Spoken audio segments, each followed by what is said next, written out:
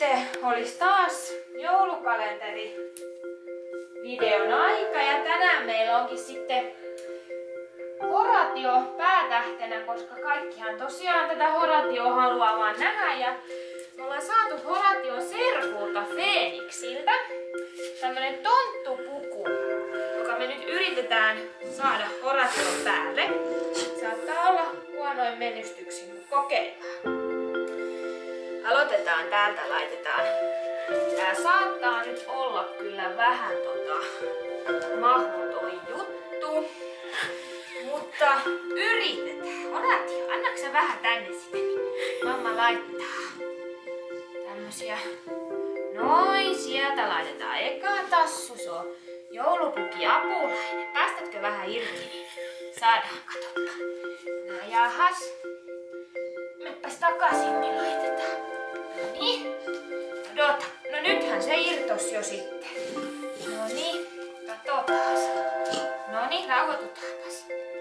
Tuolta laitetaan noin, niinku hienoille pojille.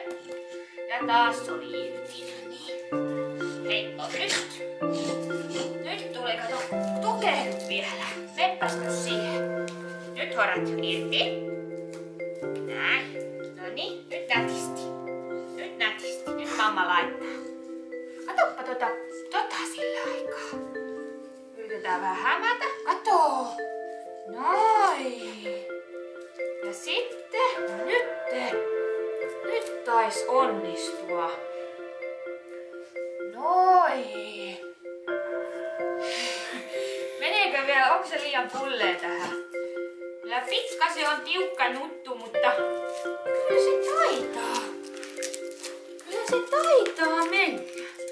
Noniin, nouseeko se seisomaan? Odot, tuppa istukko. Noin.